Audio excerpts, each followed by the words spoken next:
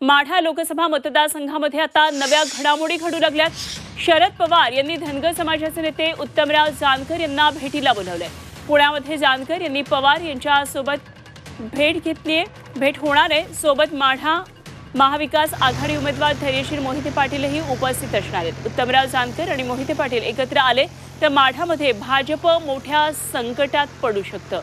या क्षणाची सगळ्यात महत्त्वाची आणि मोठी बातमी आहे। राजकीय गणित पुढच्या काही काळामध्ये बदलतात का याकडे संपूर्ण महाराष्ट्राचं लक्ष असणार आहे।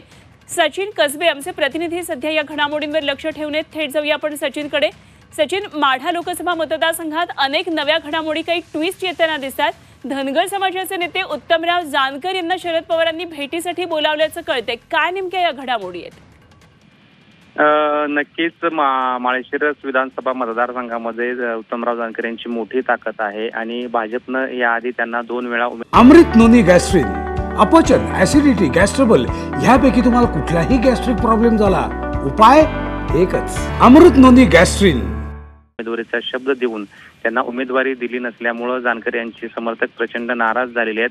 त्यांनी 2 दिवसापूर्वी घेतलेल्या बैठकीतही त्यांच्या समर्थकांनी भाजप सोबत काम न करण्याचा निर्णय घेतलेला होता आणि आज अचानक शरद पवार यांचा जानकर यांना फोन आलेला आणि त्यामुळे जानकर हे पवारांच्या भेटीला गेलेले आहेत। त्यामुळे माढा लोकसभा मतदारसंघामध्ये भाजपच्या अडचणी वाढताना दिसत आहेत। ठीक, सचिन, धन्यवाद दिलेल्या या सगळ्या सविस्तर माहितीसाठी। मात्र या सर्व घडामोडींवर जरूर लक्ष ठेवून राहा। आपल्याकडून वेळोवेळी अपडेट जाणून घेत राहू।